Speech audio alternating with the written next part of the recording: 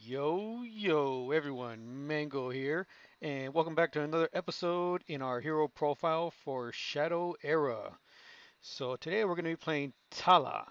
I have not done a Tala video yet, and so let's go ahead and see how I can get through here. So I have this to protect against enemy attachments, and I'm always worried against mages now since they got that new subdue.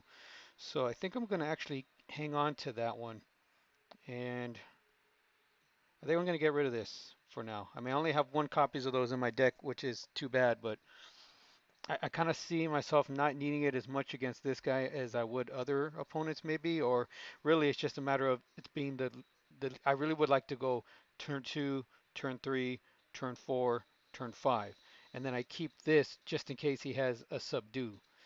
Oh man. Okay, so I don't want to get rid of any of these because this is a mage and this heals me. Um, I think I'm going to get rid of one of. I have two more in my deck. Hopefully that's enough to keep me alive. Because I'm really stuck on going 3, 4, 5 on my turns here. Unless I get a blood frenzy, and then I'd likely play that. Okay, so he's got nothing. Hmm. I think I'm going to get rid of this, and I'm going to play this guy out just to mess with his shadow ability. He's probably planning. I'm guessing he's planning on turn 4 being able to throw an ally into the graveyard and bring him back. So now I put that back just one more turn. Okay, fireball. Okay, good. He hits that guy. I'd rather him kill that guy because I want this to live.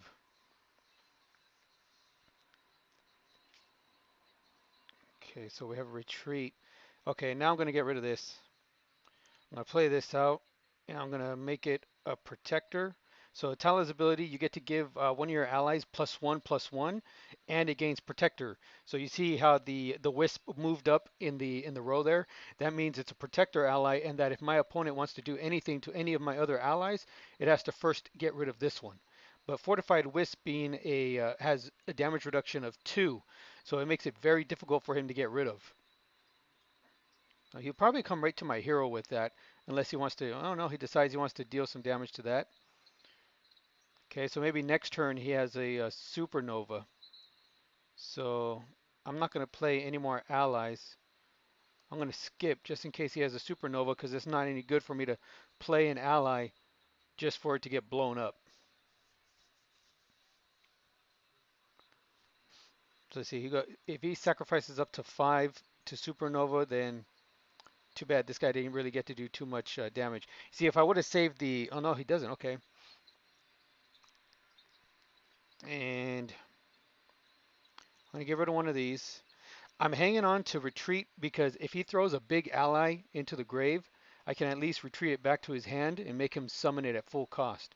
So I'm going to come in here now, and Thunderstrike Construct, when you summon him, you get to target an opposing ally, reduce it by 2 health, and then target one of your friendly homunculus allies and increase it by 2 attack. Okay, so this guy has +2 attack until the end of my turn. I'm going to come in here, attack this guy, and then whenever this ally kills an opposing ally, it actually gains attack value. So you see he went up to 5. So at the end of my turn, his attack will be 3 now, because the attack boost only lasts for 1 turn. Okay, but every time you kill an ally, that health gain is permanent. So let me see. So he has a Forgotten Horror. So that comes in, deals 4 damage to this guy, and he's going to pull back this from his grave. Okay, and I will go ahead. Let's see what I got here. So thinking I'm going to skip. I'm going to use this ability. So for 2 Shadow Energy, I get to seek an ally that I want to play. So it has to be a homunculus ally. So I'm going to seek. I think I'm going to pull this guy. No, I'm going to pull one of these guys. And let me see. And then if I target this guy, buff him. No, I think what I'm going to do for now is I'm just going to play this. So this ally, again, it gives all friendly homunculus allies +1 attack. So you see he went up to 2, he went up to 4, this guy went up to 4. So what I'm going to do now is I'm going to come in here, I'm going to attack this guy to kill him, and then I'm going to go ahead and use retreat to send this guy back to his hand. Okay. All right, so looking pretty decent here. I don't have any draw yet, which is too bad. Really, what you want is blood frenzy more than anything as a warrior. You just want that blood frenzy. Okay, so he sacked up to 7. I wonder if that means he has a Decrath. Oh no, he plays a Tombstone Beacon, so he's getting some draw set up. And that allows you, every time you summon an undead ally, you get to activate this, and it draws you a card and renews you 1 resource. Okay, so I'm going to skip here, and I'm going to use my Homunculus Seek to pull one of these guys, I think. Yeah, I like that. And what I will do is I will come in here and hit for 2. And then I will come in here to kill off with this guy, bring him up to 5 attack. And then I will come in and do some damage to the hero.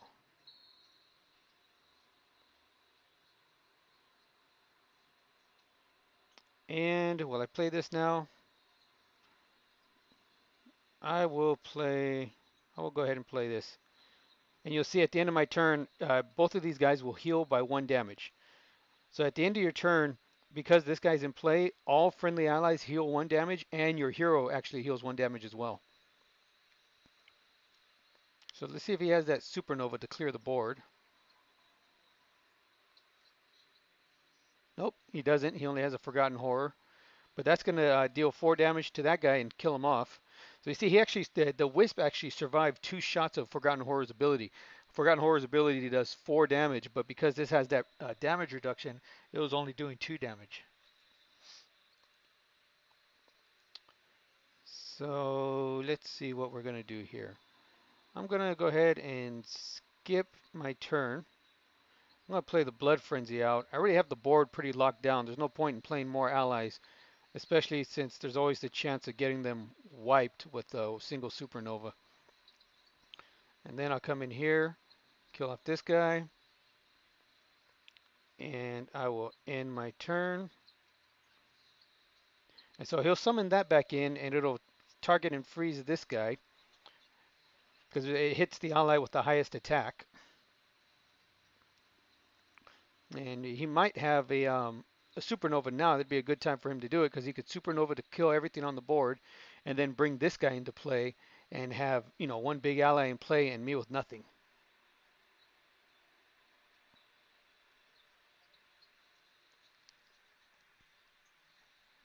Okay, so he's going to bring him in first, which means he doesn't have the supernova. Ooh, the Krath. So Decrath, of course, all damage to him is reduced by 2.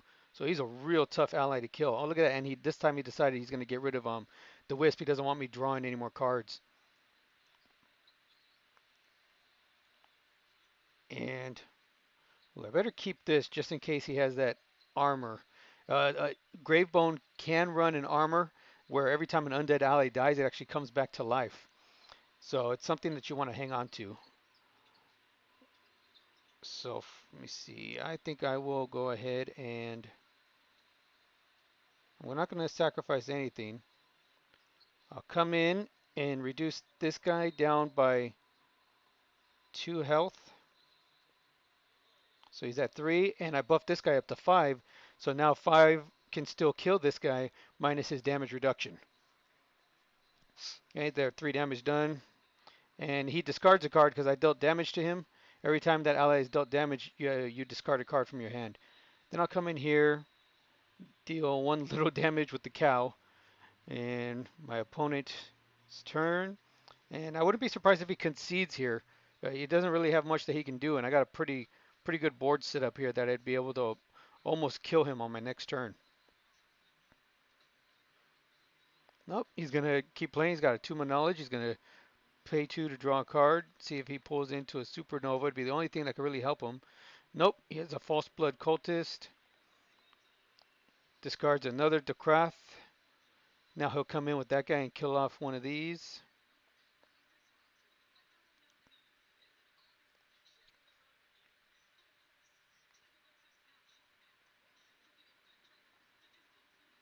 Yeah, that's probably the right choice. He was thinking there whether or not he should kill this guy, because this guy gives all the allies +1 attack. So it's hard to say if it was a wrong choice or a right choice. I think I probably would have done the same thing. Maybe I would have killed this, but I'm not sure because these guys would still have 3 attack. So I probably actually would have killed this because leaving it in play, this guy can still one hit kill this. And if he would have killed the Entangled Wisp, I would have had to have used 2 targets to kill that guy. Or I would have to use my ability to buff someone up to 4 attack. So what I'm going to do here is I will go ahead and let's go ahead. Let's just buff this guy up because he's kind of a tanky guy. So all damage to this guy is reduced by 1. And so now he's at 2 attack. And I will play this guy to buff all my homunculus allies, which buffs him to 3. And then I can come in and finish off this guy. Kill that guy. And I'm not paying attention again because I'm talking. I could have actually killed my opponent there. 5, 9, 10, 11, 12. What are you going to do? It seems I can't multitask. It's pretty bad. So let's see. If he does Nova, he'll kill everything on my board except for this guy. This guy will actually live. And let's see what he decides to do. So he's going to activate his Tomb of Knowledge, see if he can dig out a Nova. And he has a Shadow Knight. So Shadow Knight, whenever you summon that ally, it brings the top ally in your deck back to your hand. And then a Crypt Spawn, so that's going to be a good game. Oh, I didn't get to say good game. And so that was the match. Oh, wow, that's 11 minutes. It was longer than I thought it was. Okay, so let's go ahead and let's take a quick look at the deck here. And so this, again, was a Tala Pure Heart deck.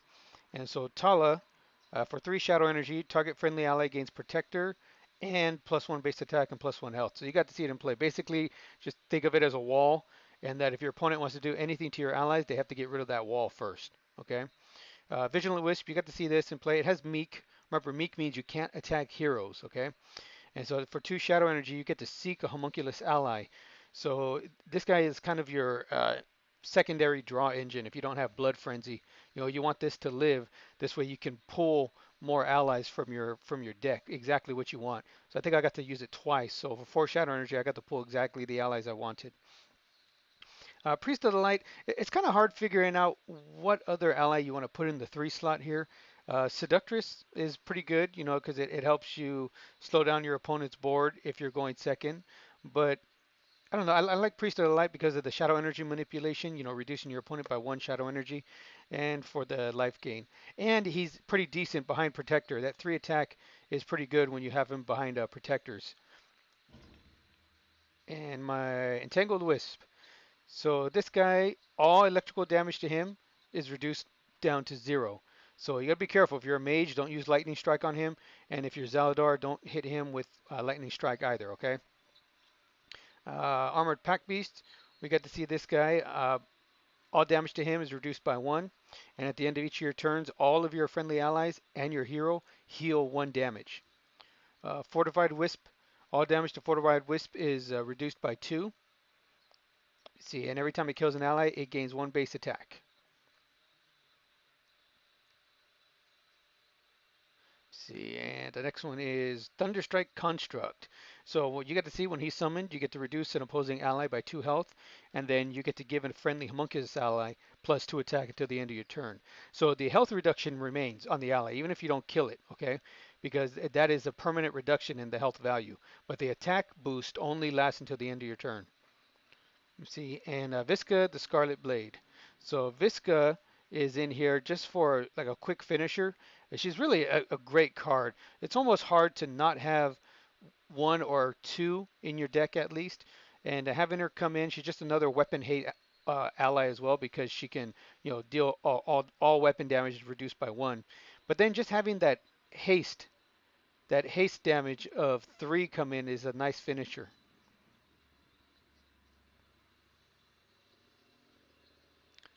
So here we have Crippling Blow. So it's one of the warrior's main uh, main control tools, right? So for 2 cost, you get to shut down an opposing ally, bringing it down to 0 attack. So it can still use any abilities, and any passives it has are still active as well, but its attack value is reduced to 0. Retreat, another great control tool for humans. For 2 cost, you get to send an opposing ally back to its owner's hand. You saw me do it to the corpse shifter when he brought it back from the grave. I just bounced it back to his hand. So he spent 4 shadow energy to bring that ally back into play, but then I was able to send it back to hand for only 2 resources. That's a real tough loss, resource-wise for him. And we didn't get to see this come out into play, which is too bad. But for 2 costs, you place this onto a homunculus ally only. This can only go onto a homunculus ally, and it gives it +1/+1, and it gives it steadfast. Okay? And then also, when you summon it, you draw a card. So if you put this onto a homunculus ally, it gains steadfast. Remember, steadfast means that the ally with steadfast cannot be removed from the game unless it is killed. So it can't be retreated back to its owner's hand, and it can't be shuffled back into its owner's deck. Okay, so it must be killed.